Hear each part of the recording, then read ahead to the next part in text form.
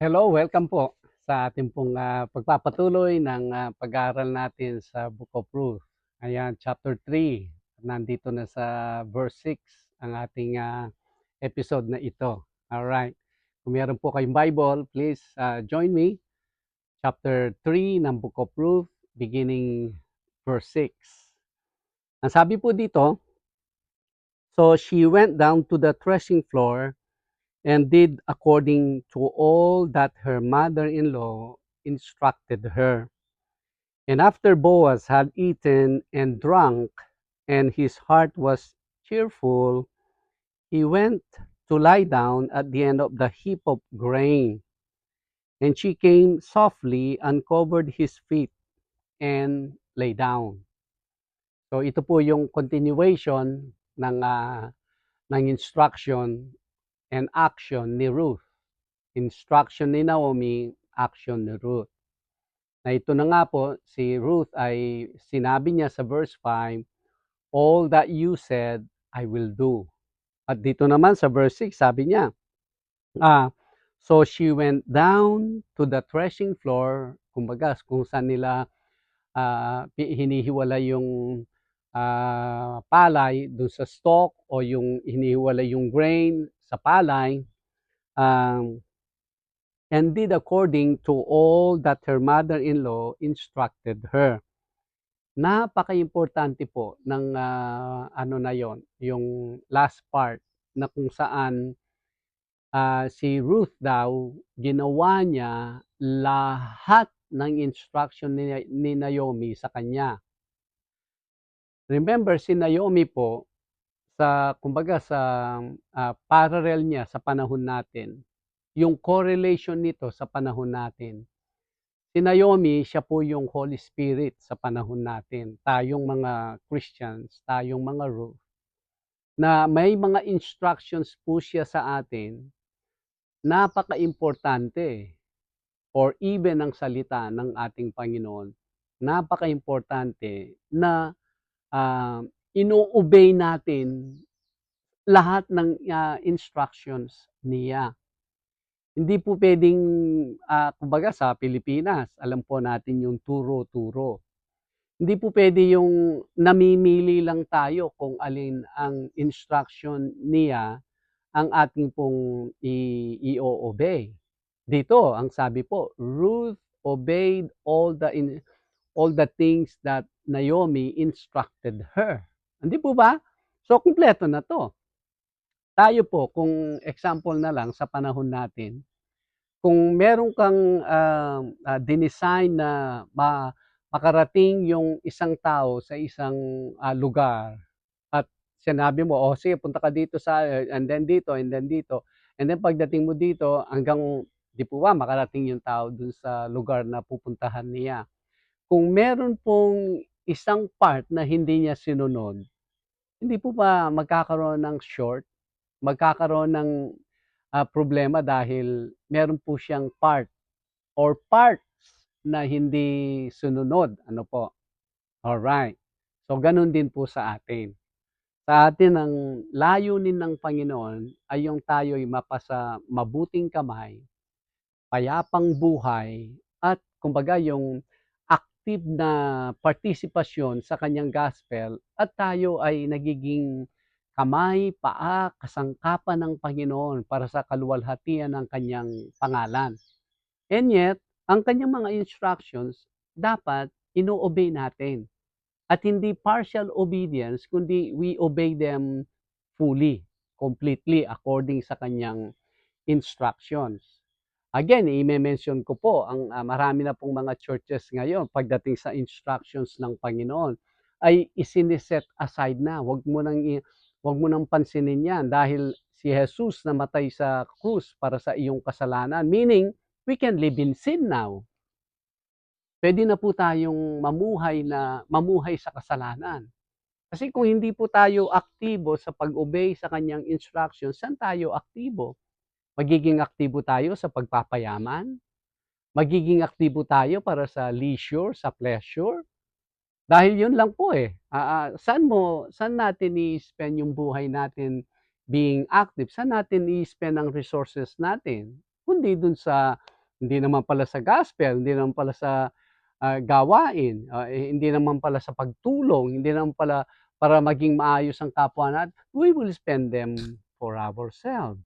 So, anong nangyari dun? Naging kanya-kanya na, nawala yung essence ng Kristyanismo. Pero kung i-obey natin ang scripture, naku ang ganda.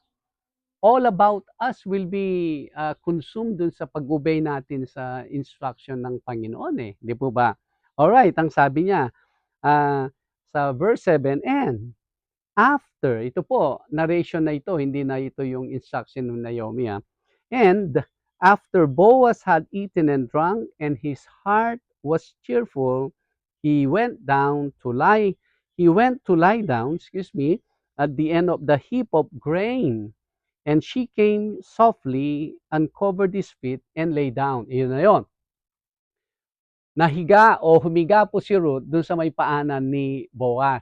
Hindi po siya humiga dito. Kasi pag humiga si Ruth dito sa tabi ni Boaz, now she is now enticing or inviting him to have a relationship sa kanya. Pero kung dun sa paanan, para bang you are proposing. Ito po ay it's more of a proposal, na will it be okay na ako I will be under sa iyong garment? Meaning, will be under your responsibility. Remember po pag tayo ay nakaka-witness ng kasalan or ako, pag nangangasal, gustong-gusto ko po yung kasama yung part ng veil, ika nga. Para makita yung how Christ took responsibility over us. Talagang ang buhay niya, ibinuhay na matuwid at banal, at ngayon ay inoffer niya buong buo para mailagay niya yung garment over us. Ganun po yung sinisimbolize nun. Na pag nilagay mo yung garment sa isang tao, meaning I'm willing to take responsibility to you. Yun din yung symbolism po dito. Kaya yung ginanon ni Ruth kumbaga yung garment para matakpan siya, will it be okay? Will you take me under your responsibility? Yon. Pero hindi po siya nahiga sa tabi niya to invite na something na hindi po maganda, hindi po ba? Yun ang ibig sabihin nito. Wala pong masama dito. Pero since si Boaz ay nakainom na siya ng wine at cheerful na siya, possibility na kung hindi po siya hindi maayos ang kanyang pagkatao, possibility or possible na baka ma-abuse si Ruth since sila lang pong dalawa dun sa may threshing floor, ano po. Pero dito natin makikita ano po ang character, personality, pagkatao ni Boaz. After all, siya ay nakainom, may babae na bagong paligo, na magandang suot at nangangamoy yung oil na pinunas sa kanyang katawan, andun pa rin, nasa control pa rin si Boaz para gawin kung ano po yung tamang gawin. Hindi po yung, kasi sabi nga sa Pilipino, kasi palay nang lumapit sa manok eh. Hindi po ganun mga twiran si Boaz. Si Boaz, after all, ginawa pa rin po niya yung nararapat. Kasi tingnan natin yung mga susunod na verses, ano po. Verse 8 sabi niya, now it happened at midnight that the man was startled and turned himself, and there a woman was lying at his feet. Dito niya ngayon kumbaga nalimpungatan o nagising siya at may babae sa kanyang paanan. And he said, who are you? So she said, I am Ruth, your maidservant. Take your maidservant under your wing, for you are a close relative. Yun mismo ang proposal niya. Will you take me? Kasi qualified ka naman. Relative ka namin. Balo ako, widow ako. At will you take me yung cover my the responsibility over me. Yun ang sinasabi niya, ano po. So, then he said sa verse 10, "Blessed are you of the Lord, my daughter, for you have shown more kindness at the end than at the beginning, in that you did not go after young men, whether poor or rich." Si Ruth, habang siya po ay nakatira doon, nakikipamulot sa harvest field, hindi po siya, hindi siya, kumbaga, hindi siya nag-look ng mga gusto niya. Kumbaga, hindi ito yung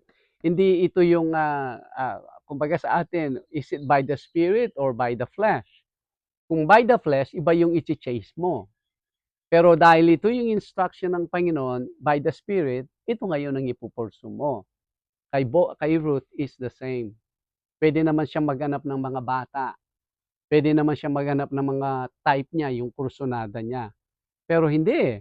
Kung titingnan natin, yung instruction ni Naomi, yan po yun ang ibabaw.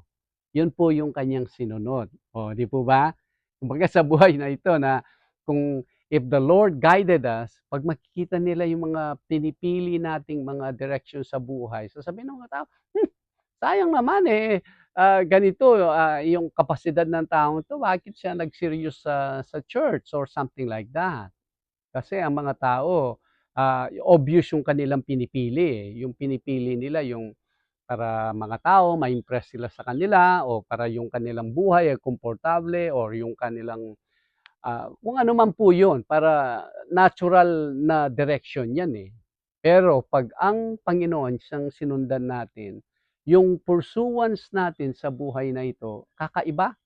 Parang wow, after all, ganyan yung pinursu mo. Blessed are you, sabi nga ni Boaz. Blessed are you dahil, anong sabi niya? Ang ganda nito eh. Sabi niya sa verse 10, "Blessed are you of the Lord, my daughter, for you have shown more kindness at the end than at the beginning." Oh, di ba? Mas maganda pa yung ginawa mo ngayon more than sa mga the rest na ginawa mong maganda. Bakit? Hindi ka naghanap ng bata. Hindi mo sinunod yung kumbaga personal na desire mo. Kumbaga, instead you did what was right, especially sa iyong mother-in-law. Ayun. Sabi niya, dito po sa verse 11, "And now, my daughter, do not fear. I will do for you all that you request, for all the people of my town know that you are a virtuous woman." Sipag kang Masipag kang tao at ikaw ay may kumbaga magandang reputation at gagawin ko kung ano yung kailangan na gawin para mag-grant yung gusto mong pinopropose mo na ikaw ay maging asawa ko. Ayun. Kumbaga, meron na ngayong track record si Ruth na walang problema si Boaz na kukunin siya para maging asawa at hindi nababahiran siya ng pangalan dahil siya may edad na. Tapos si Ruth ay mas bata sa kanya pero kung si Ruth ay kung kani-kanino nakikipag-date, mababahiran yung pangalan niya. Pero si Ruth, since siya ay kilala ng town na siya ay virtuous woman, nakapokus siya sa kanyang ginagawa at wala siyang mga activity na magiging questionable. Si Boaz, kung siya ay maging asawa itong ganitong klaseng babae. Alright. So yun yung sinasabi niya. Now, it is true that I am a close relative. However, there is a relative closer than I. Verse 13. "Stay this night and the morning. It shall be that if he will perform the duty of a close relative for you, good. Let him do it. But if he does not want to perform the duty for you, then I will perform the duty for you. As the Lord lives, lie down until morning." Ang sinasabi po ni Boaz dito is this. Si Boaz ay relative siya. Kumbaga, second cousin. Pero merong closer relative. Alam ni Boaz yan. Si Boaz, meron siyang alam na isa pang tao na kumbaga first cousin siya second cousin. So parang inline po 'yan, eh. Ang unang may karapatan yung kapatid. Kung wala ng kapatid ay yung cousin, yung first cousin. 'Pag, ayaw ng first cousin o walang first cousin, yung second cousin, mga gano'n. Si Boaz, second cousin siya, hindi siya yung pinakamalapit na relative ni Ruth. Kaya ngayon ay ni, Elimelech. Kaya ngayon sabi ni Boaz, "Nakainom yan, nakainom, andiyan yung babae."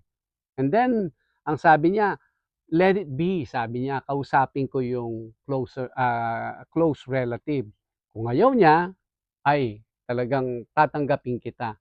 I will marry you, kumbaga I will grant you kung ano yung gusto mong, gawin nga na maging asawa niya si Boaz." 'Di po ba ang ganda ng kaisipan, ano po? After all, sila lang pong dalawa, nakainom siya, pero ang ganda ng ano niya, sakto pa rin, by the book pa rin yung kanyang, mga decision making. Hindi po yung like I said, kasi, papaano hindi nangyari yung hindi magandang pangyayari dahil lumapit siya. Ako'y nakainom at, what can I say, lalaki lang ako. Hindi po gano'n si Boaz. Kumbaga ito yung picture ng ating Panginoon.